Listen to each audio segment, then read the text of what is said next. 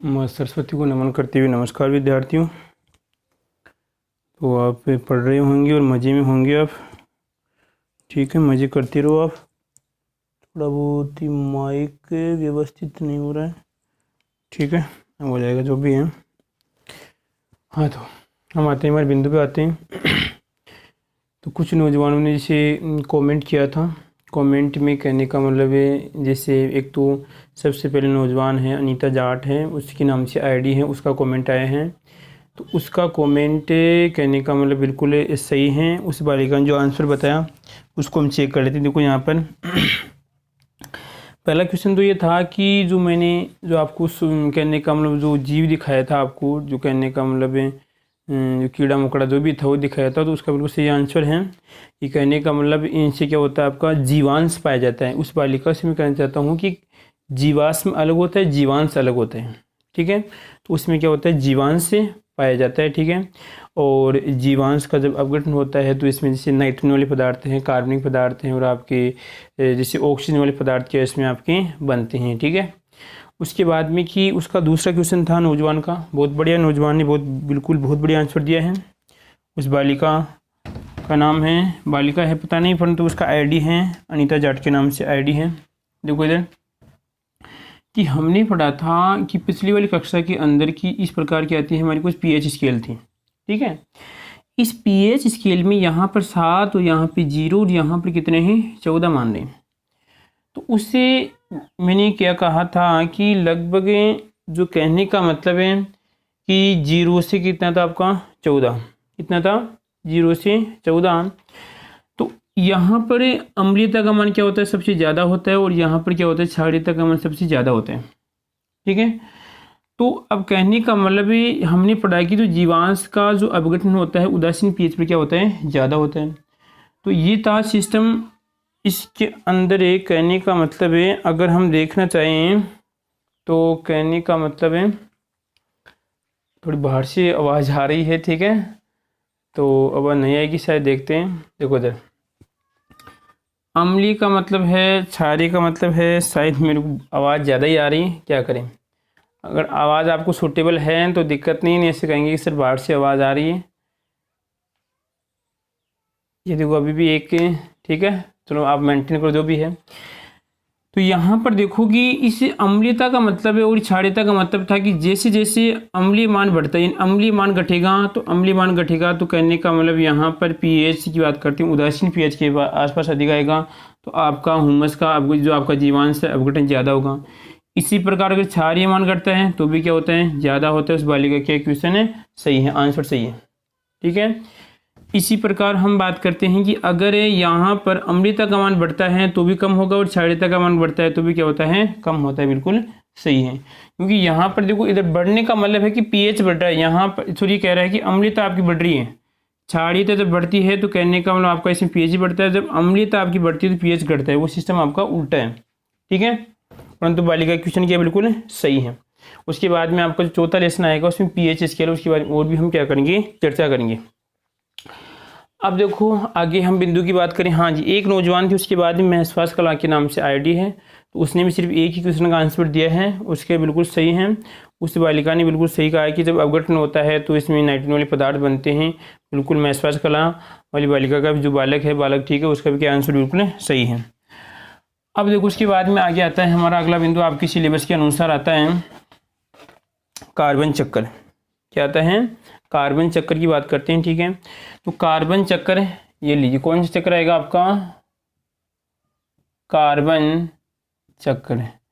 इस कार्बन चक्कर को हम समझेंगे यहाँ पर किसके साथ, कार्बन और यहाँ पे O2 तो बनेगी आपकी, हम CO2 के साथ इसको समझेंगे। ठीक है, तो कहने का मतलब है कि जो आपका कार्बन है, कार्बन जैसे जैसे मान लीजिए यहाँ पर आपका कोई कार्बन, ये आपका वायुमंडल। ठीक है, यहाँ से आपका कार्बन गया, फिर गया, फिर गया, किसी दूसरे पदार्थ में चला गया, फिर चला गया, फिर चला गया, फिर चला गया, और वापस यहाँ पर आने क्या कहलाएगा, आपका कार्बन चक्र कहलाता है।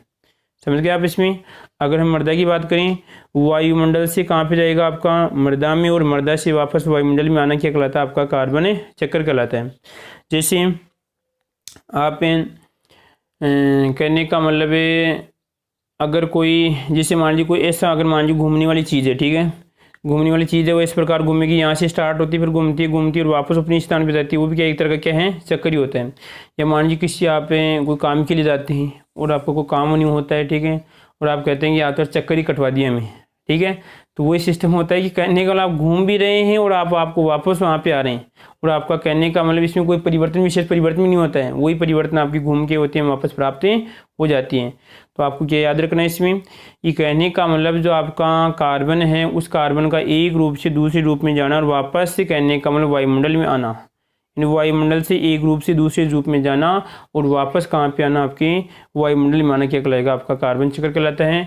या अगर मृदा की बात करें, मृदा प्लस वायुमंडल की क्या कहलाएगा आपका, कि जैसे मान लीजिए आपकी वायुमंडल है, इस वायुमंडल से आपकी किस में आएगा, मृदा में आएगा, और मृदा में यहाँ पर जब क्रियाएं होगी अनेक सूक्ष्म जीव इसको तोड़ेंगे, ठीक है, कार्बनिक पदार्थ को तोड़ने के बाद में वापस यहाँ पे क्या रहेगा आपका, इससे आपकी वायुमंडल में तो कहलाएगा आपका कार्बन चक्र कहलाता है। तो यही कारण होता है कि कभी भी आपकी वायुमंडल और आपकी मृदा के अंदर क्या होती है कि लगभग इस CO2 की मात्रा में कोई परिवर्तन नहीं होता है, मृदा में हो सकता है परंतु वायुमंडल में कार्बन की मात्रा में कोई विशेष परिवर्तन नहीं होता है, ठीक है। ये आपका चक्कर समझ में आ गया। चक्कर क्या समझना है, सीधी सी बात है। फिर देखो वापस यहाँ पर कहलाएगा वायुमंडल, क्या आपका वायुमंडल, ठीक है। इस वायुमंडल से क्या होगा, यहाँ पर आपकी किस में आ जाएगा, आपकी मृदा में आएगा, ले भाई मृदा में आ जाएगा, ठीक है। और इस मृदा से किस में आ जाएगा, आपका वापस वायुमंडल में, तो कहलाएगा आपका कार्बन चक्र कहलाता है। क्या कहलाएगा, आपका कार्बन चक्र कहलाएगा, ठीक है। अब देखो ये चक्कर होता है किस प्रकार, इसको थोड़ा और समझ लेते हैं, स्पष्टीकरण कर लेते हैं, ठीक है। तो पहला क्वेश्चन हमसे आपसे पूछते हैं, क्या आप कार्बन का सेवन करते हैं, यस या नो में आपको आंसर देना है। क्या आप कार्बन का सेवन करते हैं, यस या नो में आपको आंसर देना है, ठीक है। अब देखो यहाँ पर आगे चर्चा करें हम बिंदु की, कि अगर जैसे यहाँ पर क्या है आपका वायुमंडल, क्या आपका वायुमंडल है, ठीक है, और यहाँ पे आपकी क्या है CO2 गैस, इन कार्बन डाइऑक्साइड गैस, ठीक है। अब ये कार्बन डाइऑक्साइड इस गैस का उपयोग करेंगे यहाँ पर, जैसे मान लीजिए पौधे करते हैं कौन सी क्रिया के अंदर, यहाँ पे प्रकाश संश्लेषण, क्या करते हैं, प्रकाश संश्लेषण का मतलब है, हाँ ये क्वेश्चन आ रहा है यहाँ पे प्रकाश संश्लेषण में, कंपटीशन के लिए क्वेश्चन आपका, कि प्रकाश संश्लेषण होता है दिन के समय, रात के समय, या प्रकाश की उपस्थिति में। तीन ऑप्शन है, सुनना ध्यान से। प्रकाश संश्लेषण होता है दिन में, रात में, या प्रकाश की उपस्थिति में, या उपरोक्त में से आपके तीनों। फिर देखिए पहला तो आएगा, ऑप्शन दे रहा हूँ आपको, प्रकाश की उपस्थिति में, दूसरा है दिन के समय, ठीक है, और तीसरा आपका रात के समय, ठीक है। और यहाँ पे देखो उसके बाद में थोड़ा पसीना हो रहा है, ठीक है, कूलर चलाएंगे तो आपको आवाज़ आएगी, ठीक है। उसके बाद में एक हो जाएगा आपका, तीसरा ऑप्शन है सभी। आपको सोच के आंसर देना है नौजवानों। क्वेश्चन मोस्ट है, प्रकाश संश्लेषण होता है प्रकाश की उपस्थिति दिन के समय और आपके रात के समय, ठीक है। आपको आंसर देना, आपका काम अपना करना, ठीक है। तो कहने का मतलब क्या हुआ कि जब इस कार्बन डाइऑक्साइड का जब पौधे क्या करते हैं, प्रकाश संश्लेषण की क्रिया करते हैं, उस समय क्या करते हैं, इस प्रकाश संश्लेषण की क्रिया में क्या करते हैं, यहाँ पर लिखने की क्रिया है, प्रकाश संश्लेषण कौन कर रहे हैं, आपके पौधे कर रहे हैं भाई, ये आपके क्या करते हैं, आपके पेड़ पौधे करते हैं, पौधे और आपका पेड़ जो भी है ये इनका उपयोग करेंगे, ठीक है। उसके बाद में इन पेड़ पौधों का उपयोग कौन करेगा, इन पेड़ पौधों का उपयोग करेंगे यहाँ पर आपके जिसे जंतु, कौन करेंगे, आपके जंतु, ठीक है। जंतु में कहने का मतलब जैसे आपके मनुष्य भी जंतु में आएगा, ठीक है, कोई अलग नहीं है। उसके बाद में यहाँ पे देखिए कि जब जंतु क्या करते हैं, इस जंतुओं का कहने का मतलब जैसे जीवांश पाए जाते हैं पेड़ पौधे के अंश, यहाँ पे जंतु क्या करेगा आपका, एक कहने का मतलब क्या करता है, शोषण क्रिया करते हैं, क्या करता है आपका शोषण क्रिया करता है। उस शोषण क्रिया में कौन सी गैस बाहर निकलेगा, देखो ध्यान से, कि प्रकाश संश्लेषण में कार्बन डाइऑक्साइड का प्रयोग कर रहे हैं, ठीक है। और यहाँ पर जंतु कहने का मतलब शोषण में कौन सी गैस बाहर निकल रहा है, कार्बन डाइऑक्साइड गैस बाहर निकल रहा है। इसी प्रकार यहाँ पर पेड़ पौधे भी क्या करते हैं, पेड़ पौधे जब शोषण क्रिया करेंगे तो यहाँ पे कौन सी गैस बाहर निकालेंगे, आपकी यहाँ पे शोषण क्रिया में कार्बन डाइऑक्साइड गैस बाहर निकालते हैं। आई बात समझ में, ठीक है। कहने का मतलब यहाँ पढ़ें कि आपने थोड़ा बहुत पढ़ा होगा, जैसे 10th क्लास में आपने बायोलॉजी में पढ़ा होगा थोड़ा बहुत है कि जब हम भोजन करते हैं, ठीक है, तो हमने भोजन किया या हम भी, या कहने का मतलब हमने, जैसे मान लीजिए आपका भोजन के अंदर हम किसी पेड़ पौधे का कोई फसल या कोई हम फल खा रहे हैं जो भी हैं, उस फल का जब हमारे शरीर में पाचन होता है तो एक क्रिया होती है आपकी ऑक्सीकरण। कौन सी क्रिया होती है आपकी? ऑक्सीकरण क्रिया। देखो इधर यहाँ पे ऑक्सीकरण का मतलब यहाँ पर आएगा कार्बन डाई, आपका ये ऑक्सीकरण होगी। तो ऑक्सीकरण क्रिया श्वसन क्रिया के रूप में जब श्वसन क्रिया होगी तो यहाँ पे क्या बनेगी? आपकी कार्बन डाइऑक्साइड गैस बनती है, और ये कार्बन डाइऑक्साइड क्या होगी? फिर आपकी फेफड़ों के माध्यम से कहने का मतलब आपकी श्वसन क्रिया द्वारा बाहर निकलती है, ठीक है। तो यहाँ पर श्वसन क्रिया में कौन सी गैस बाहर निकालनी? श्वसन में आपका CO2 गैस बाहर निकले, इधर ये भी CO2 गैस बाहर निकालनी, ठीक है। केवल प्रकाश संश्लेषण में पौधे क्या करते हैं? आपकी CO2 का उपयोग करते हैं। इसी प्रकार यहाँ पे देखिए इन जो आपकी जंतु के अवशेष हैं या आपके जो पादपों के अवशेष हैं, पादपों के अवशेष हैं, इनको कौन खाएगा? यहाँ पर आपके इनको खाएंगे आपकी सूक्ष्म जीव। जैसे अवशेष हैं, पादप अवशेष या जंतु अवशेष, यहाँ पर लिखेंगे आपके अवशेष हैं। इन अवशेष पे कौन क्रिया करेगा? आपका इन अवशेष पे क्रिया करेंगे आपकी सूक्ष्म जीव। कौन करेंगे? आपकी सूक्ष्म जीव, ठीक है। तो भाई कहने का मतलब ये सूक्ष्म जीवन को तोड़ेंगे, ठीक है, सूक्ष्म जीवन में क्रिया करेंगे। सूक्ष्म जीव तोड़ने के बाद में क्या होगा? डायरेक्ट कौन सी गैस बनेगी? आपकी कार्बन डाइऑक्साइड गैस बनती है, ठीक है भाई। जैसे मान लीजिए हम किसी पदार्थ का विच्छेदन कर रहे हैं, टूटेगा, क्योंकि ये भी कहने का मतलब ये इनका भोजन ही तो है। सूक्ष्म जीवों का भोजन क्या है? ये पादप अवशेष हैं।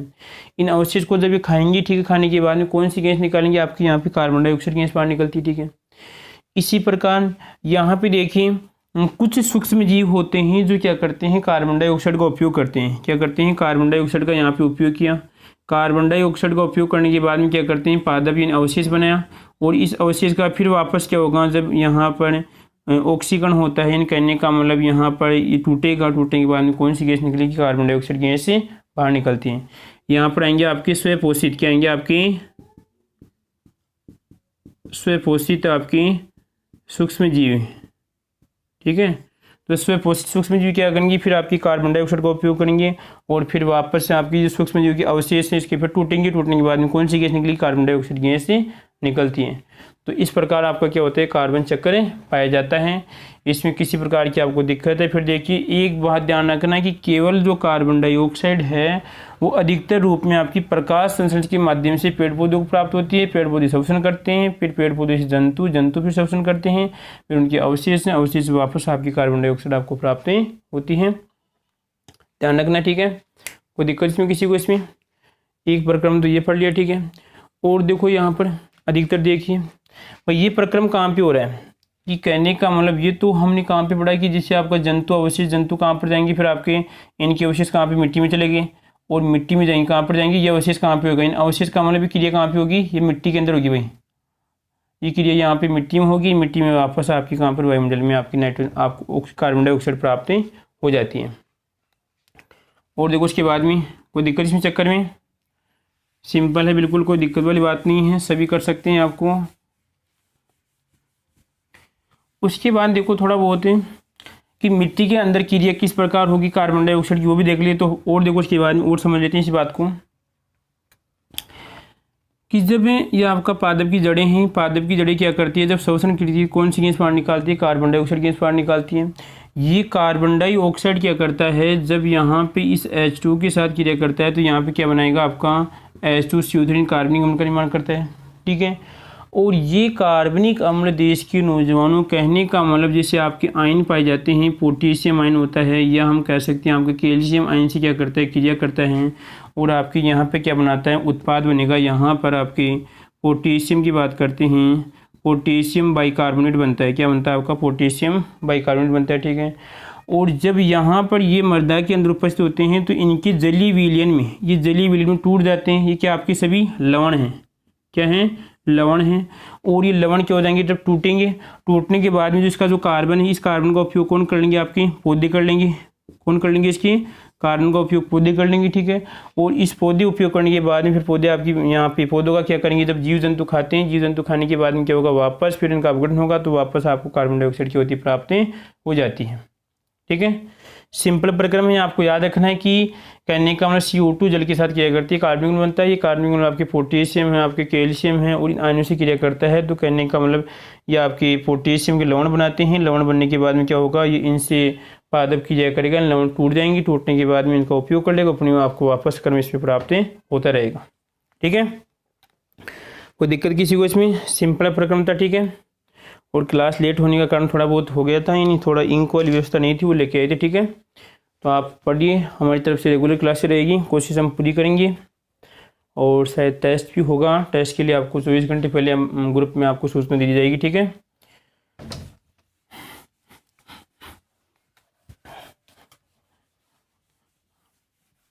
अब आगे जो प्रक्रम चलेगा हमारा वो आपका ह्यूमस है। तो ह्यूमस में देख लेता हूँ मैं टाइम कितना हो गया, उसके अनुसार अगर उसकी क्लास भी बनाई या नहीं बनाई।